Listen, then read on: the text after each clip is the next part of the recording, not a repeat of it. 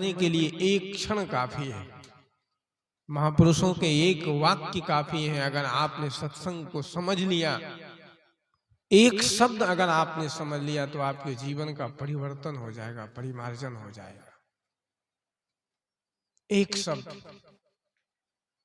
कहते हैं ना कि आधी साखी कबीर की, सदगुरु कबीर की आधी साखी भी अगर आपने समझ ली, तो आपके जीवन का कल्याण हो जाएगा।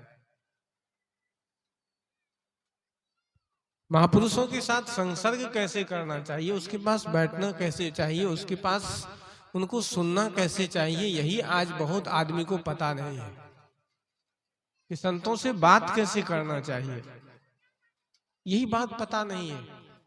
बड़े बड़े मंच लग रहे हैं, बड़ा बड़ा सत्संग हो रहा है, लेकिन आदमी के जीवन में परिवर्तन नहीं हो रहा है, बदलाव नहीं आ रहा है। एक जगह कार्यक्रम हो रहा था, परम पूज्य गुरुदेव जी भी थे, उस समय जीवित थे, सशरीर थे। मैं भी एक जगह कार्यक्रम में गए, परम पूज्य गुरुदेव जी बैठे थे, मैं प्रवचन कर रहा था। समय सामने एक आदमी बैठा हुआ था, मैं प्रवचन कर रहा था, वो बीड़ी जला करके पी रहा था। तो हमने उससे कहा कि भैया ये क्या कर रहे हैं, यहाँ क्या हो रहा है, यहाँ सत्संग हो रहा है और आप बीड़ी जला करके पी रहे हैं, ये कैसी मानसिकता है आपकी। तो उन्होंने कहा कि बाबा जी आप अपना काम करिए, हम अपना काम कर रहे हैं। आपका काम है सत्संग करना, प्रवचन करना, आप करिए, हम अपना काम कर रहे हैं। इस मानसिकता से कभी भी आपके जीवन में परिवर्तन नहीं आएगा, कभी नहीं आ सकता। कितना कुछ हो जाए, कितना सब कुछ हो जाए, कितने अच्छे साधु संत आ जाएं, परिवर्तन तभी आपके जीवन में होगा जब आपके भीतर में श्रद्धा होगी, जिज्ञासा होगी कि नहीं हमको सुनना है, और ऐसे सुनना है कि हमारे जीवन का परिवर्तन हो जाए, परिमार्जन हो जाए, बदलाव आ जाए। ज्ञान बहुत ऊंची चीज है। जितनी सरलता से आज लोग ज्ञान को हासिल करना चाहते हैं, उतनी सरलता से ज्ञान मिलने वाला नहीं है। भगवान कृष्ण ने गीता में कहा, नहीं ज्ञानेन सदृशम पवित्रमी विद्यते। इस संसार में, इस धरातल पर पवित्र करने वाले साधनों में ज्ञान सर्वोत्कृष्ट साधन है।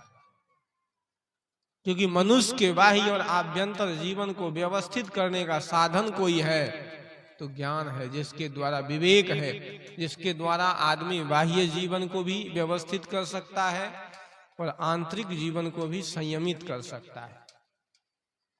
अध्यात्म के गूढ़तम रहस्य को भी सुलझा सकता है और व्यवहारिक जगत में भी सम्मान पा सकता है ज्ञान के द्वारा। तो ज्ञान ही नहीं है, विवेक ही नहीं है, विचार ही नहीं है, बुद्धि ही नहीं है, तो कहीं भी जाएंगे कुछ होने वाला नहीं है। तो व्यवहारिक जीवन में शांति जीवन भर जियोगे, अशांत होकर के ही तो आदमी जीता है। शांति किसके जीवन में है? पारिवारिक जीवन में देखो तो हर एक परिवार में रोज कलह हो रहे हैं, झगड़ा हो रहा है, जीवन नरक बन गया है। रात दिन लोग लड़ते हैं, झगड़ते हैं। शादी किए, बच्चे पैदा किए, एक एक आदमी के 5-5 बच्चे हैं, आपस में लड़ रहे हैं, कट रहे हैं, मर रहे हैं, जीवन भर उसको कहीं शांति नहीं है जीवन में। क्यों? क्योंकि ज्ञान नहीं है, विवेक नहीं है, सद्बुद्धि नहीं है, विचार नहीं है। जहां आदमी जीता है वहीं ज्ञान के अभाव में दुखी होकर के जीता है। विवेक के अभाव में आदमी जहां रहता है वहीं दुखी रहता है। सब आदमी के पास दुख है, पीड़ा है, कष्ट है। क्यों? कल एक जगह कार्यक्रम में थे हम, छातापुर में, नाम नहीं बताऊंगा। एक बहुत बड़े व्यक्ति, बड़े पद पर, प्रतिष्ठा है, पैसा है, कहा गुरुजी जहां जहां नौकरी किए वहां वहां जमीन खरीद लिए, सब कुछ है, पैसा है, धन संपत्ति सब कुछ है, लेकिन जीवन में शांति नहीं है। कभी कभी लगता है कि जीवन बोझ बन गया है, इसको समाप्त कर दे, जीना नहीं चाहते। क्या करें, पैसा तो बहुत है, जहां नौकरी किए वहीं जमीन खरीद लिए, उसी जिला में, शहर में, सब जगह जमीन है, सब कुछ है, लेकिन शांति नहीं है। वही स्थिति प्रत्येक व्यक्ति की होती है विवेक के अभाव में, विचार के अभाव में। विवेक के लिए बहुत मेहनत करना पड़ता है, बहुत यत्न करना पड़ता है, बड़ा प्रयत्न करना पड़ता है। ज्ञान व्यक्ति के जीवन में इतनी आसानी से नहीं उतरता है। अगर व्यक्ति पिपासु हो, जिज्ञासु हो, श्रद्धा वाला व्यक्ति हो, तो अनायास से उसके जीवन में ज्ञान उतर जाता है। आप लोग देखें, बारिश होती है ना, अभी तो प्रचंड गर्मी है, धूप है, बारिश का समय आने वाला है, बारिश होगी।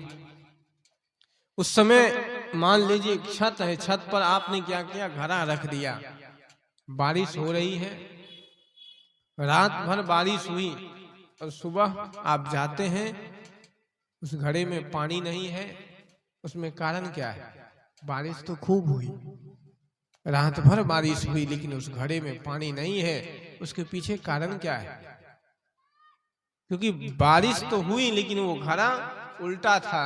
उल्टा होने के कारण चाहे पूरा जीवन भर बारिश होता रहे, वो घड़ा नहीं भर सकता है। ठीक उसी तरह से आदमी का जीवन है। आदमी जीवन भर अज्ञानता में चलता रहेगा, उसके जीवन में कभी ज्ञान का दीप नहीं जल सकता है। क्यों? क्योंकि पात्र ही नहीं है। अपात्र व्यक्ति के जीवन में ज्ञान का दीप जलता है क्या? अगर हम अपात्र हैं, अयोग्य हैं, मैं आपको नहीं कह रहा हूं, अपने आप को कह रहा हूं, अगर मैं अयोग्य हूं, अपात्र हूं, तो कभी भी हमारे जीवन में ज्ञान का दीप नहीं जल सकता है। और हम दोष देते हैं लोगों को, दुनिया को, सबको, कि हमारा जीवन ऐसे कैसे हो गया। अरे भैया, उसके मूल में कारण आप हैं। भगवान बुद्ध ने कहा था कि अप्पो दीपो भव, अपना ज्ञान का दीप स्वयं प्रकाशित करो, जलाओ। तो इतना आसान नहीं है सत्संग। आज आदमी जितना सत्संग को सहज सरल बना दिया कि माइक लगा दिया, बाजा लगा दिए, बढ़िया से सजा दिया पंडाल को, सब कुछ, बाबा साधु महात्मा आएंगे, बोलेंगे, हम कहीं बैठ के सुन लेंगे। इससे सत्संग नहीं होगा। पहले तो महापुरुषों से मिलना बड़ा कठिन होता था। इतने आसानी से साधु नहीं मिलते थे, इतने आसानी से साधु नहीं मिलते थे, उनके पास जाना पड़ता था। अभी भी आप जाएंगे तो पहाड़ों पर, हरिद्वार से ऊपर कभी चले जाएं, उत्तरकाशी या और ऊपर चले जाएं, गंगोत्री, जमुनोत्री, या आप कह दें हिमालय पर, तो अभी भी वहां साधु रहते हैं। लेकिन आप उनसे, उनको प्रसिद्धि से कोई लेना देना नहीं, मान अपमान से कोई लेना देना नहीं। उनसे जाइएगा मिलने के लिए, आपको समय नहीं देगा, नहीं समय नहीं है ही नहीं। और इतनी आसानी से साधु संत मिल रहे हैं, फिर भी आप बदलना नहीं चाहते, अपना परिवर्तन नहीं चाहते हैं, परिमार्जन नहीं चाहते हैं। तो ये हम सबका दुर्भाग्य है। गीता कहती है कि तद्विद्धि प्रणिपातेन परिप्रश्नेन सेवया उपदेक्षन्ते ज्ञानम ज्ञानिनस् तत्वदर्शिनः। तद्विद्धि प्रणिपातेन, कि महापुरुष के पास जाते हो तो कैसे जाओ? कहा प्रणिपत, तद्विद्धि प्रणिपातेन, प्रणिपत भाव से। अहंकार में कभी भी साधु संत के पास मत चले जाना। जो व्यक्ति अहंकार में संतों के पास जाता है, उसको कुछ भी हाथ नहीं लगता है, वो व्यक्ति खाली लौट जाता है। तो कहा कैसे जाए महापुरुषों के पास? कहा कि तद्विद्धि प्रणिपातेन, प्रणिपत भाव से।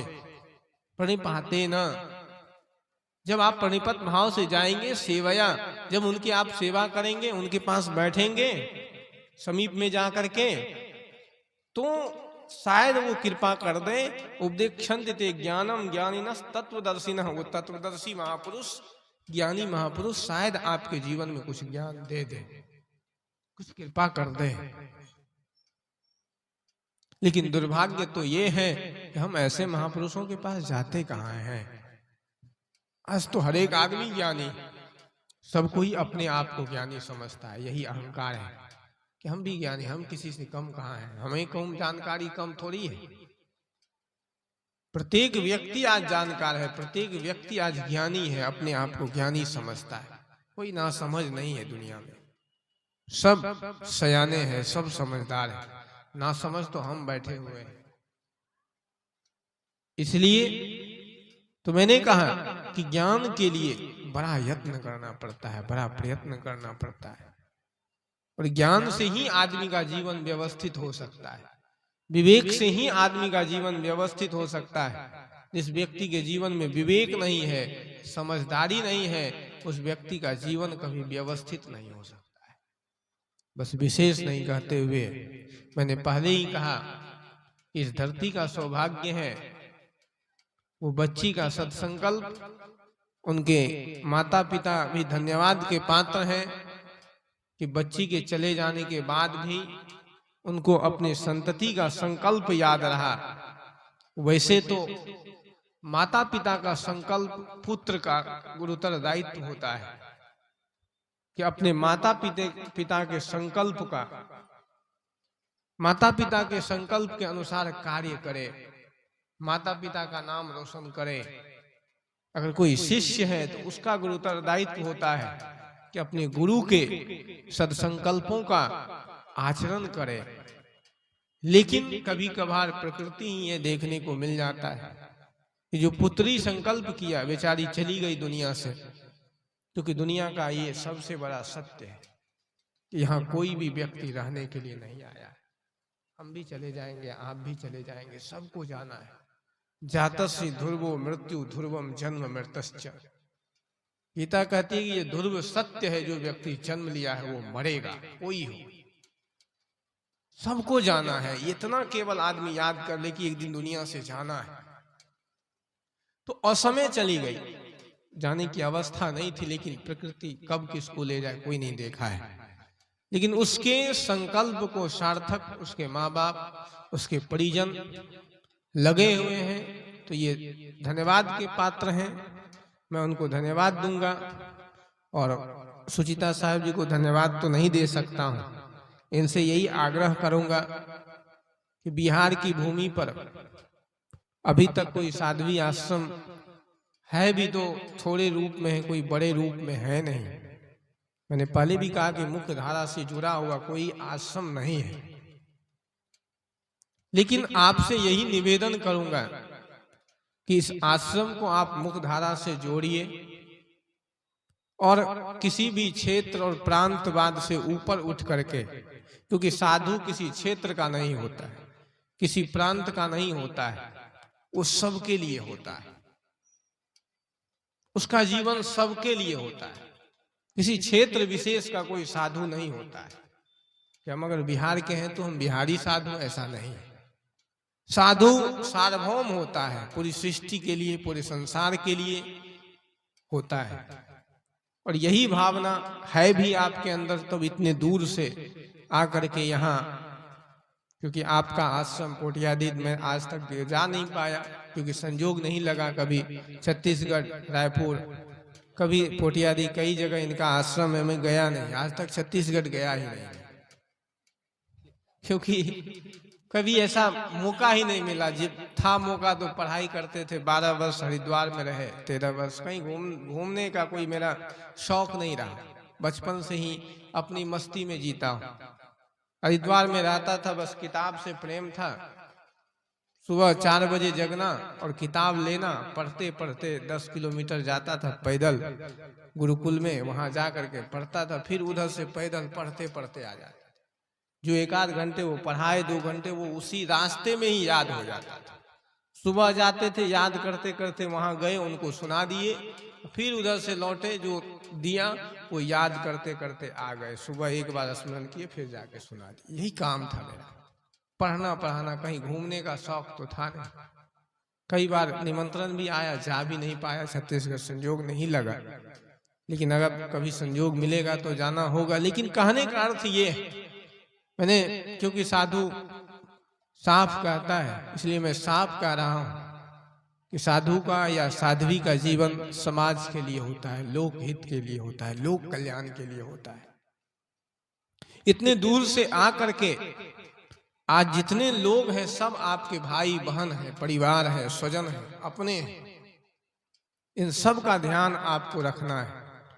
और बिहार की जो बच्चियां साध्वी बनेगी, उनके लिए आप एक मां का प्यार, गुरु तो होंगे ही आप, लेकिन एक माता का भी दायित्व आपको निर्वहन करना पड़ेगा। उनको अच्छा मार्गदर्शन दें कि बिहार में भी एक साध्वी समाज उभरे, जो समाज के लिए, लोक कल्याण के लिए आगे बढ़े। क्योंकि आज के समय में स्त्री और पुरुष दोनों समान है। पहले जो भी भावना रही होगी, लेकिन आज स्त्री जितना, प्राचीन काल में भी स्त्री का बहुत बड़ा महत्व था। प्राचीन काल में जैसे ऋषि होते थे वैसे ऋषिकाएं होती थी। बहुत सारी ऐसे ऋषिकाएं हैं, जैसे ऋषि लोग कल्याण की बात करते थे वैसे ऋषिकाएं भी कल्याण की बात करते थे, उपदेश देते थे। तो मेरे कहने का अर्थ है कि एक साध्वी समाज यहाँ भी बन करके तैयार हो, जो बिहार में जगह जगह जा करके इस समाज की जो हमारी माता बहन हैं उनको शिक्षित करें, उनको संस्कारवान चरित्रवान बनाए, इसके लिए यत्न करें। तो इसके लिए कबीर पंथ में बिहार में भी एक साध्वी समाज बने, इसके लिए शुभकामना करता हूँ।